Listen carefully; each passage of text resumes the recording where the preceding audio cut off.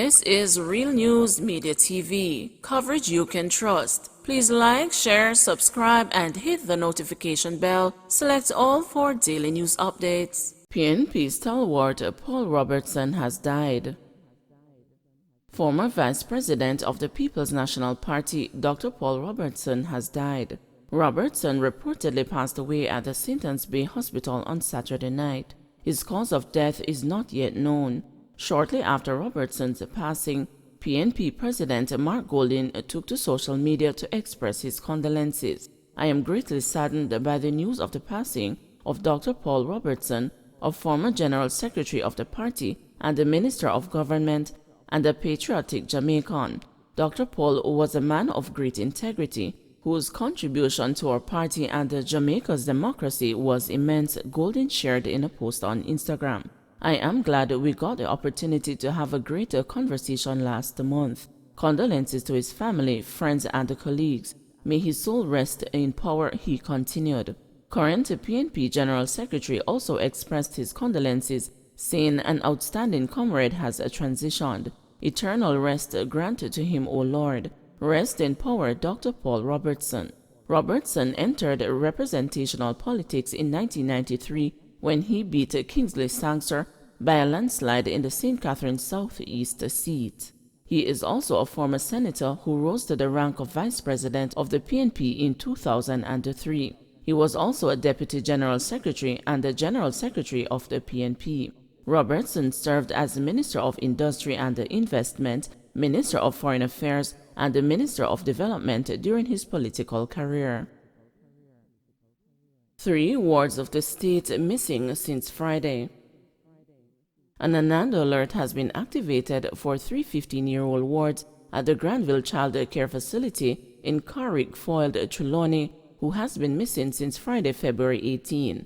They are Tishana Kerr, Rokoya Duncans, and Onika Bryan. Tishana is of dark complexion, slim build, and is about 5 feet 4 inches tall.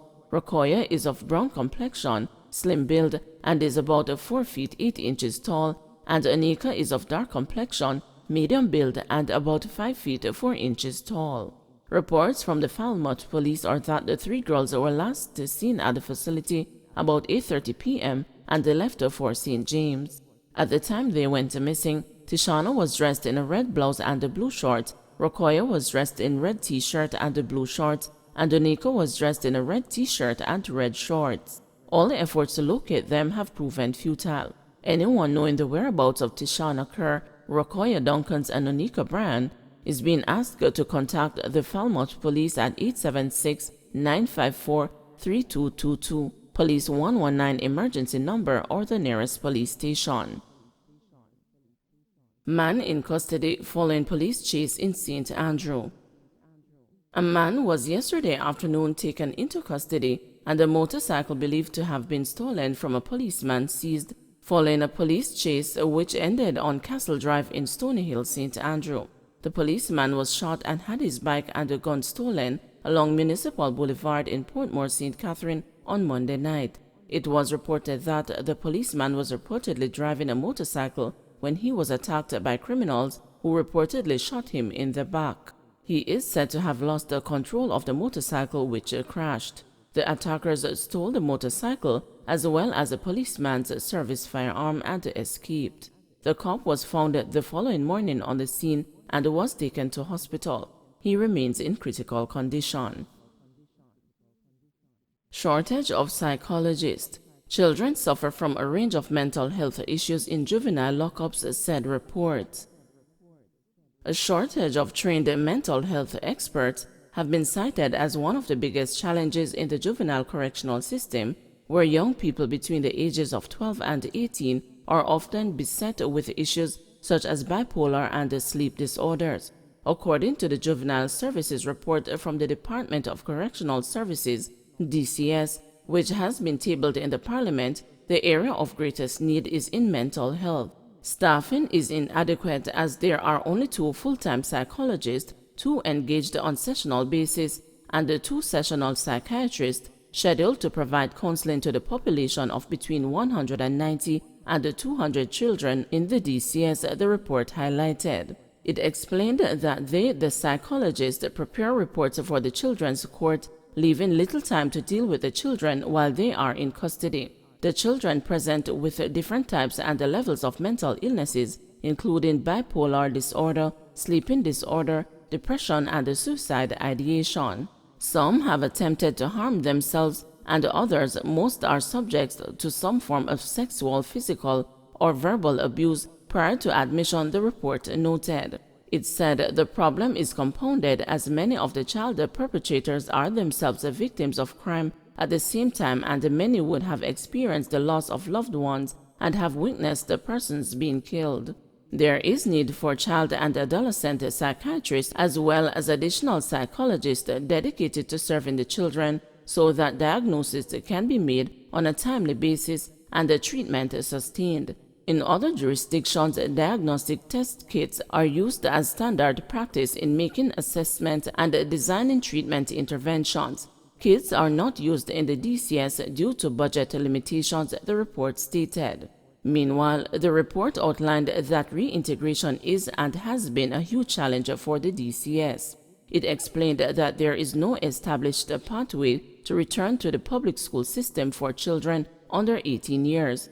It said a profile of the children admitted to the DCS in 2021 revealed that most were suspended or expelled from school or stopped attending classes.